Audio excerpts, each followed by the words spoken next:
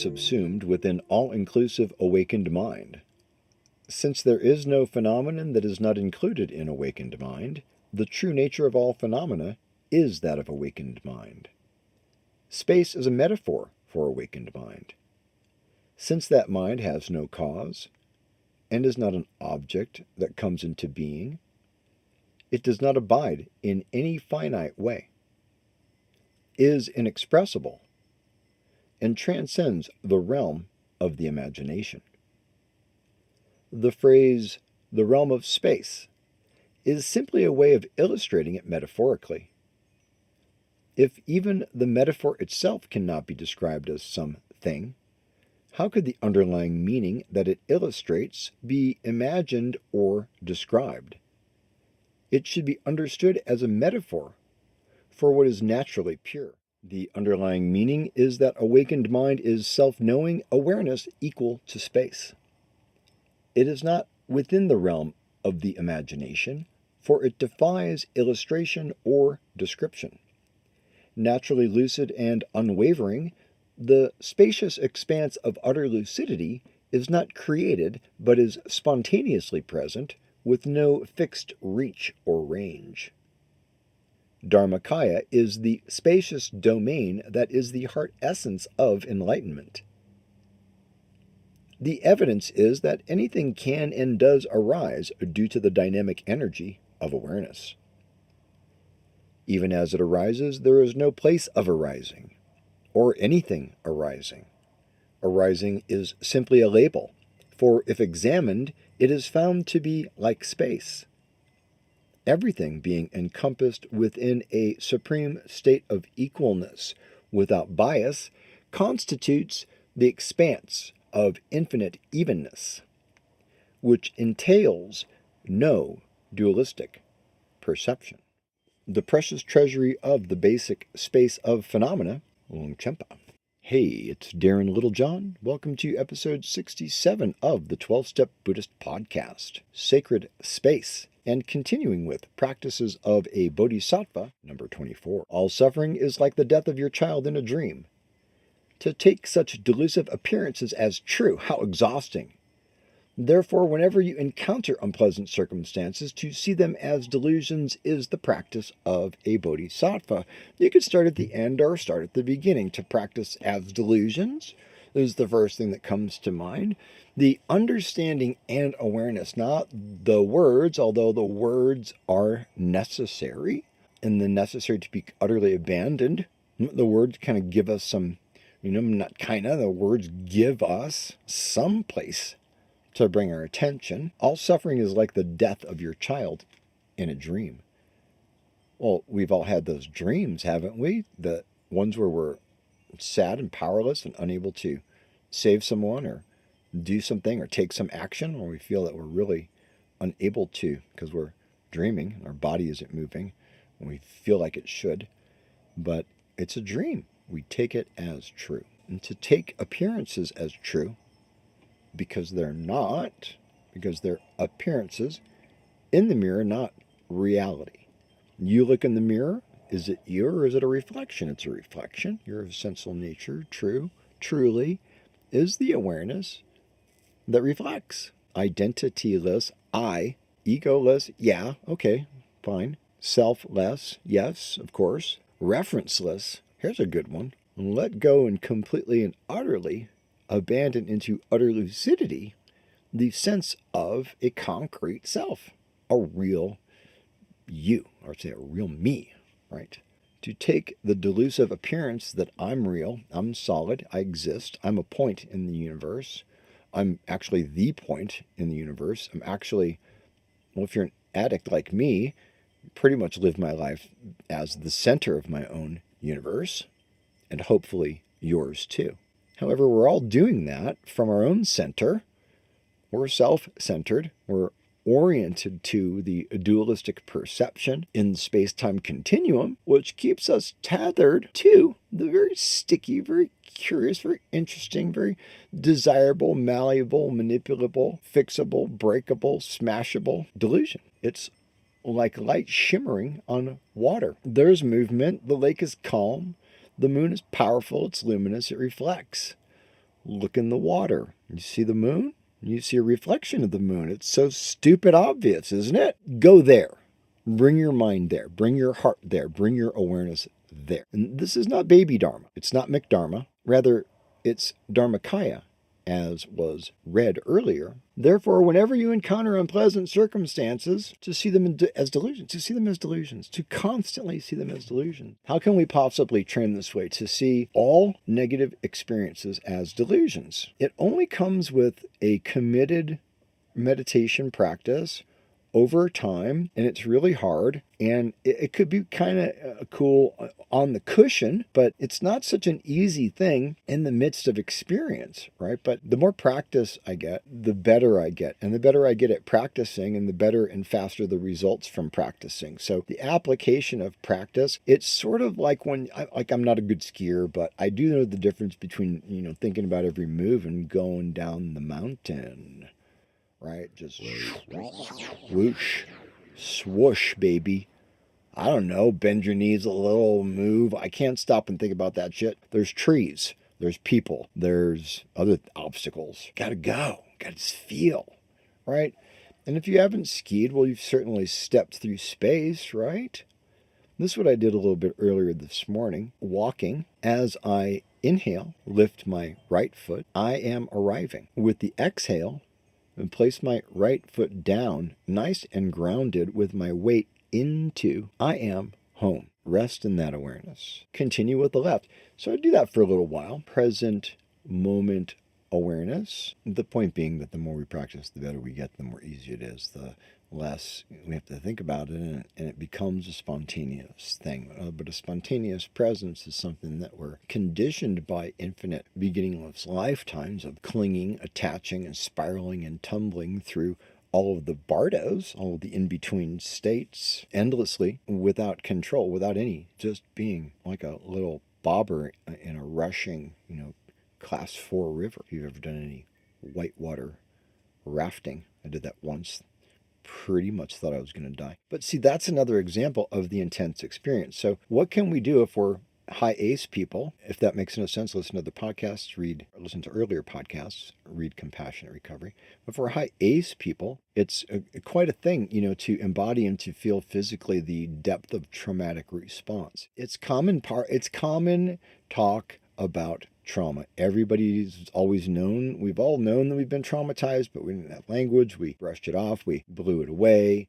We put it to the side. We swept it under the carpet, pretended it didn't exist, put on rose-colored glasses, But the delusion is there. And everything that we experience, the totality of our experience is delusional. The entire thing is a reflection. None of it is real. That is the practice of a bodhisattva. So I train and I train and I train while sitting and getting myself in the comfort zone or the space of doing it over and over until it becomes somewhat second nature. But in the Dharma, it's not second nature. It's your real nature. It's your true nature, which is Dharmakaya of Buddha. So we train in order to utilize experiences such as traumatic triggers and events to our benefit if we apply a tantric, transformational, alchemical approach, wherein we don't resist and block and push away and kind of hide from, try to shelter ourselves from negativity,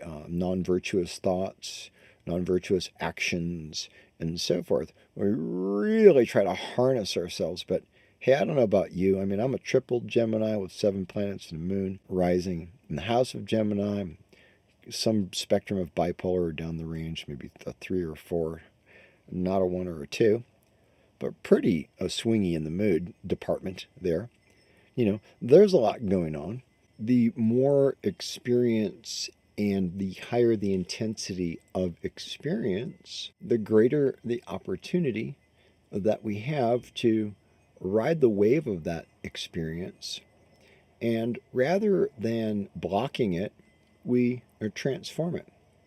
Well, this takes quite a degree of meditative equanimity and stability. As I've learned, I'm trying to go from sitting still and looking at the wall and just being Buddha nature and kind of kind of not thinking, most people are trying to not think, or thinking about not thinking, and having very little in the way of teachings because, words were, in the way and what have you. But when you get into the deeper, more extensive, comprehensive canon of Buddhist literature, it becomes obvious that, the different systems lead in and tie into each other. If we understand how to just connect the important points.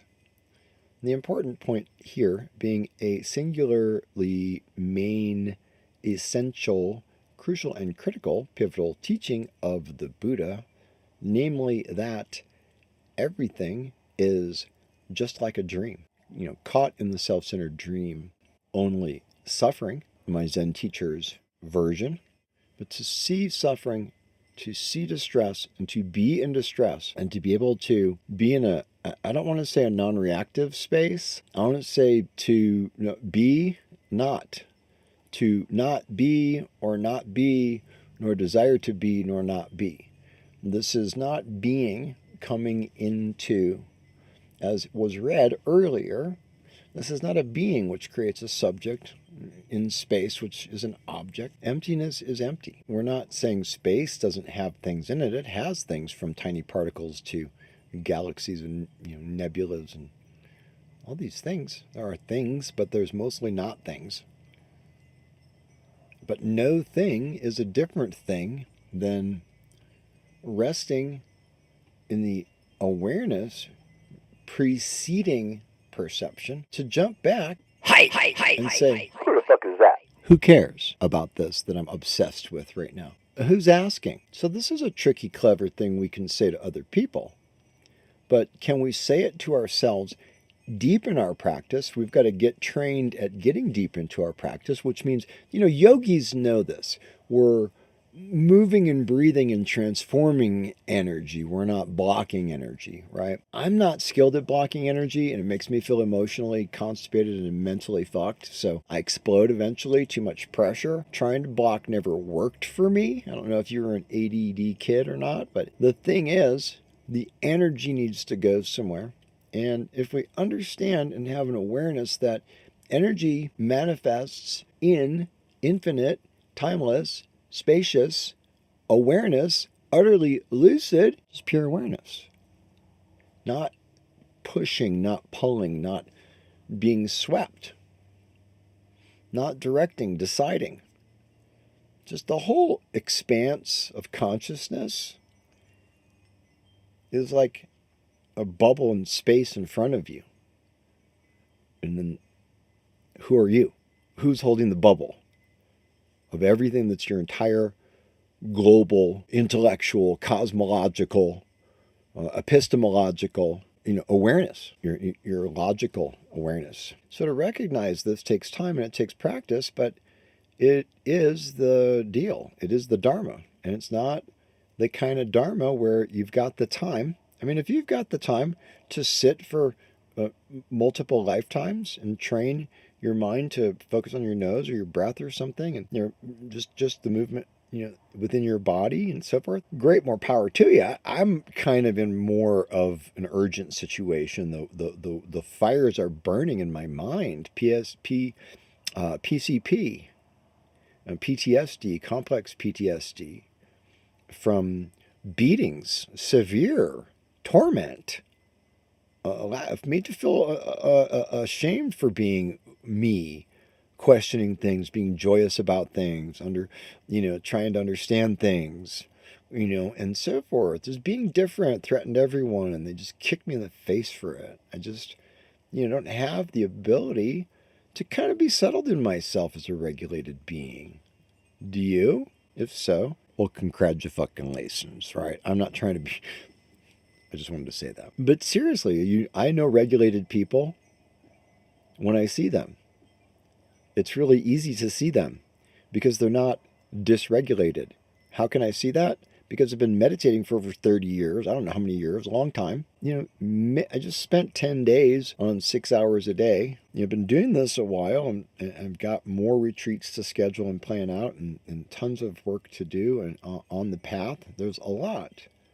when you spend some time looking into it, when you spend some time looking into the deeper science of the internal mechanisms of mind, consciousness, and awareness. Now, what if you did this kind of practice and you trained in the kind of practice of transformation, of relaxing in timeless, spacious expanse, of being fully open and fluid, yet with mindful awareness, feet on the ground, totally grounded, able to spontaneously offer compassion, to feel and experience empathy and compassion, to engage and assist and be helpful. So what if you took some mushrooms and did this kind of practice, or LSD or MDMA or ketamine?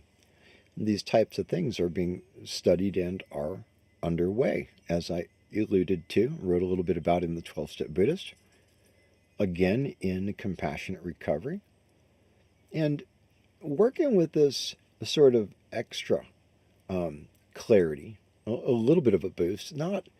Personally, I'm not looking for a mind-blowing experience.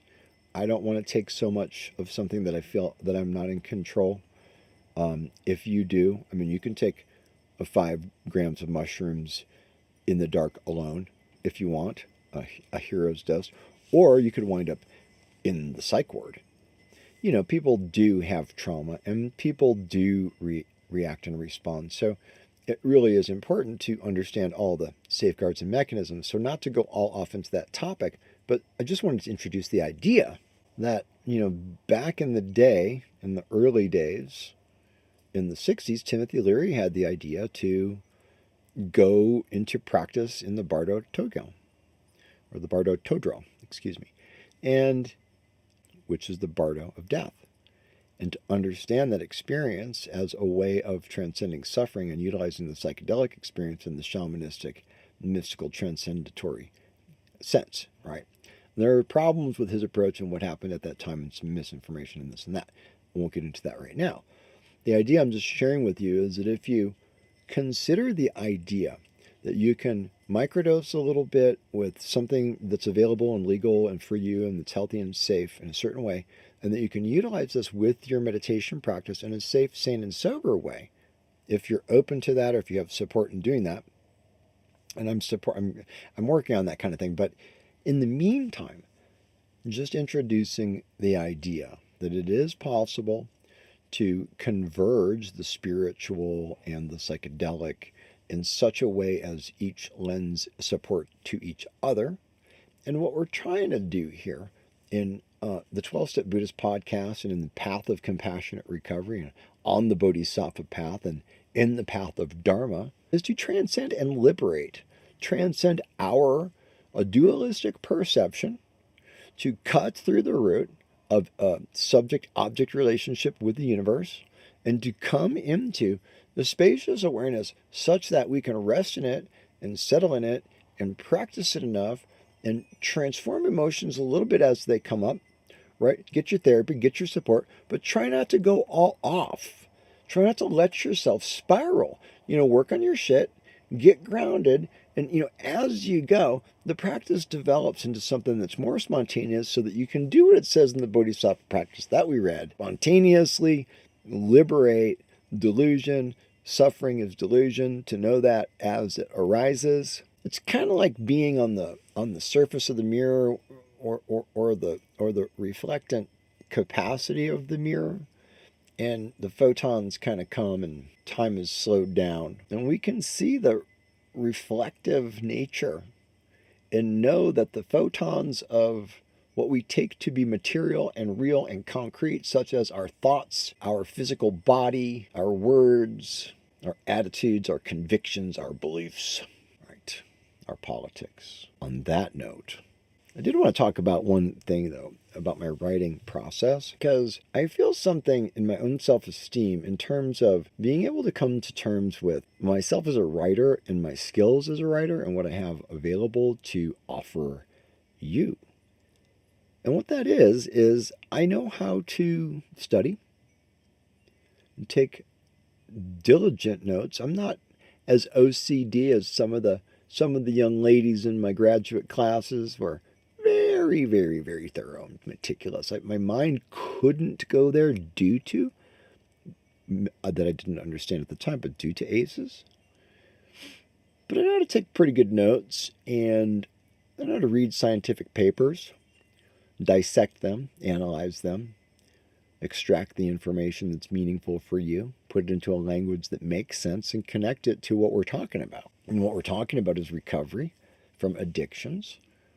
And addictions are attachments gone wild. And if we understand the Dharma, all suffering manifests like reflections of the moon, even if it's as intense as dreaming of the death of our own child. That level of intense agony we could block. We block it automatically to survive. But here we want to unblock, and we want to be able to allow these things to emerge and to be present, to embody it and release it. And there's a lot of good therapy programs, trauma-sensitive therapy approaches that can help with this, and new psychedelic-assisted therapies which are working with trauma and working with addiction.